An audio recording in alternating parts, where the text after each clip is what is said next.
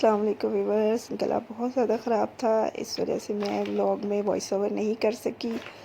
तो बाकी ये रेसिपीज़ आपको मिल गई हैं। टेम्परेचर था, आप जल्दी से लाइक कर दें, बेल आइकन को प्रेस कर दें और लाइक एंड शेयर कर दें ताकि न्यू आपको ईद की रेसिपीज़ जो हैं वो भी देखने को मिलती रहे। ठीक है जी, ये मैंने सारा उसके ऊपर हेडिंग दे दी थी कि क्या क्या चीज़ें हैं, कैसे फ्रीज़ कर सकते हैं, कैसे कट करेंगे और कैसे बनाएंगे। ये 1 से 1.5 महीना 2 महीने आराम से आपके निकल जाएंगे। दुआ में याद रखिएगा। अल्लाह हाफिज़।